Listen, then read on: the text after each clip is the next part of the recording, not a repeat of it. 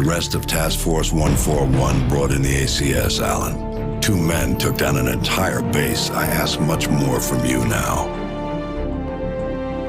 Yesterday you were a soldier on the front lines, but today, front lines are history.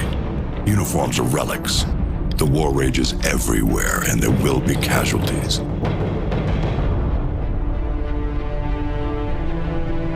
This man is fighting his own war, and he has no rules, no boundaries. He doesn't flinch at torture, human trafficking, or genocide. He's not loyal to a flag or a country or any set of ideals. He trades blood for money.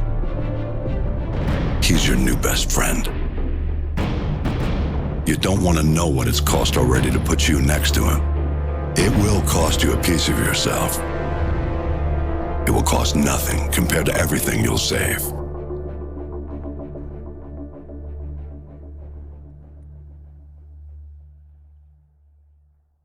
Today, we have the pleasure of going over a Destiny exotic, the Russian retro AR-15 from the one and only Glimmerman. Now, full disclosure on this rifle is that this was sent to me for review.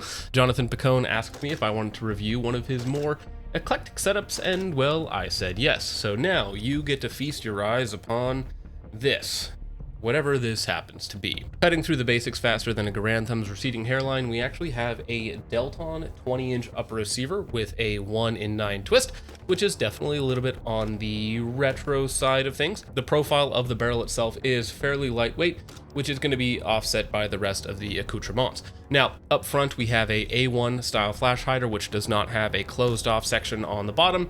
I, generally speaking, prefer the A2 style flash hider unless you're using it as a Griffin or Knights suppressor mount, but that's not what we're doing here with this system.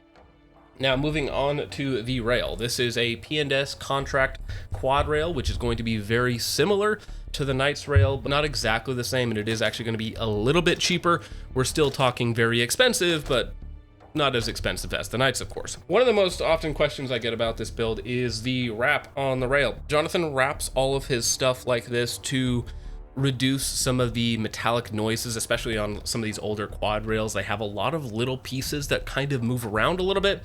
So you wrap the entire thing, it gives it this weird retro aesthetic, and it also quiets it down, which for hunting cryptids as the American Glimmerman is a very important feature to have. Now, in terms of the accoutrements on the rail itself, on top we have a either Russian pursed IR laser unit or a Chinese clone of a Russian purse unit. We're not exactly sure. And we have a Surefire full-size light on the bottom. Note that this is not the turbo version, so it has a very wide spill on the light itself. Talking about the IR laser unit for just a second, it is just Viz laser, and you can flip it to the IR laser as well. You have 2 activation buttons, one on top, one on the back, which is actually pretty nice. The downside is that there is no IR illuminator. So for this system, we of course have our day optics, we have a flashlight, we have a Viz laser and an IR laser. So you have active aiming with no illuminator, and you have daytime aiming and nothing else. So again, no real passive aiming option and no illuminator, which is fairly limiting in terms of capability, at least in my opinion. I would prefer to have all of the capabilities, and you could get similar features for the same weight that we're getting with this setup, especially with the very heavy quad rail up front. Moving back to the actual centerpiece of the build, at least for me, and that is going to be the PU scope that has been mangled onto this AR upper receiver, which was originally designed in 1940, 85 years ago, for the SVT-40, and later popularized on the Mosin-Nagant. Maybe that's a good way to say that. But in terms of what it is a tube of steel and glass, 3.5 by 20, of course. You have turrets with no clicks. They just kind of move the reticle in certain directions. We'll talk about that a little bit later. Talking about the usability of the scope, it actually has a pretty decent eye relief, about 3.5 to 4 inches. The eye box, the up, down, left, and right forgiveness while you're in that proper eye relief is also okay. The biggest downside to the scope, other than the reticle, which we'll talk about in just a second, is the field of view is very punishing.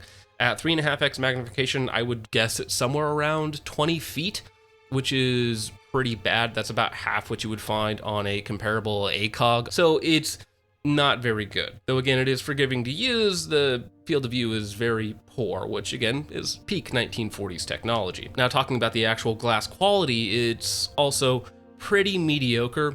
It's pretty brown, so it's not anything to write home about. It's comparable to low-end Chinese optics. Not the worst out there, and I did take this out to 500 yards, but again, the glass quality and the field of view, not very good. Now, the reticle, while there are technically good videos on the reticle, how you can use it for ranging and your dials and what you should be doing at different distances, it's incredibly coarse and very bare bones. It is absolutely better than iron sights for distance shooting, which is why I think that this would be a performance modifier, especially in the 1940s. However, in today, with so many better modern options, I don't know why you would ever select something like this other than pure aesthetics and vibes. You might also notice that it is kind of jury-rigged onto the AR-15 because you of course have to have your scope rings, and then you have to have a riser set, so you have to adapt the scope rings to Picatinny and then have a riser setup to actually get it onto your AR upper receiver, which means you have a 5-piece combo to mount your PU scope to your upper receiver, and it doesn't even come with fries. A couple other quirks, as I mentioned, about the scope is that the turrets don't actually have clicks. They just simply move the reticle in whichever direction you twist the caps, which is not particularly confidence inspiring. You do need to have a visual indicator of what setting you're on and what that corresponds to at any given distance. Fortunately, 5.56 out of a 20-inch barrel is very flat, even out to, again, 500 yards. I think we took this out to 475, which is about 10 MOA, give or take, you know, your specific ammo barrel length combo. Was pretty easy to do in the scope. The hard part to do is spot your misses with only 3.5x magnification in high winds, and comboing that with the very mediocre glass quality and the super coarse reticle, which does get in your way unless you're dialing so that you can actually just use that very precise tip to aimless. Not my favorite. All right, so is it doable at 450? Yes. Do I enjoy doing it? No.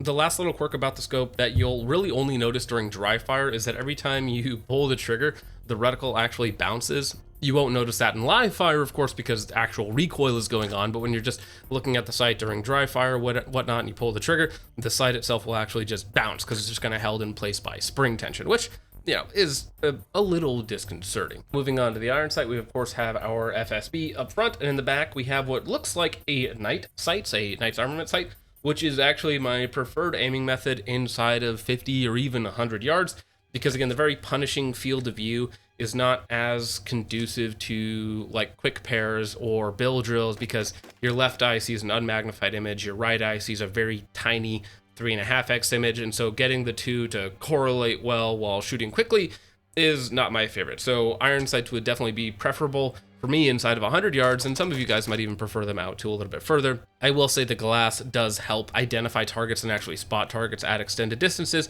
so again, for certain circumstances, I do like it.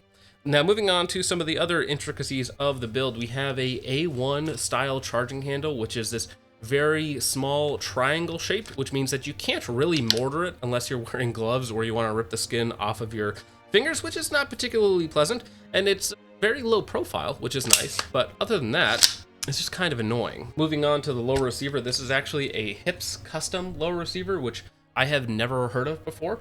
It seems to be mil-spec in most ways. It has a mil-spec trigger, A1 grip, mil-spec safety. Other than that, seems fairly normal. Moving to the stock, this is a A1 style stock, so it is actually the shorter version, which is probably preferable to most people unless you're just like a really big dude and you need that extra length of pull. Personally, A1 stocks do work better for me. Inside we have a rifle length buffer and a Geissele Super 42 rifle length spring, which does help to smooth out the system a little bit. The reason for that is because the Delton upper receiver is overgassed a little bit. Now it's still a 20-inch rifle length system, so a overgassed 20-inch rifle is not the same as like an overgassed 12.5, 11.5, or what have you. It is still a very, very smooth shooting rifle, but really not as good as it could be, especially with a 20-inch rifle length system if it was tuned properly. So shootability, kind of fine. It's a heavier gun as well, with the few accoutrements on there, the heavy quad rail or whatnot. The optic setup is not particularly heavy. I think they're only about 12 ounces, even with all the additional aluminum on here, but it's still not a particularly heavy optical system.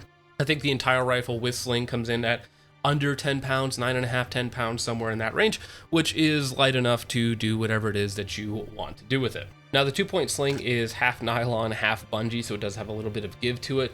Even in its longest configuration with the pull tab, it's not quite as long as I would like for like a more modern 2-point sling style where you can shoot while having it on and be very comfortable.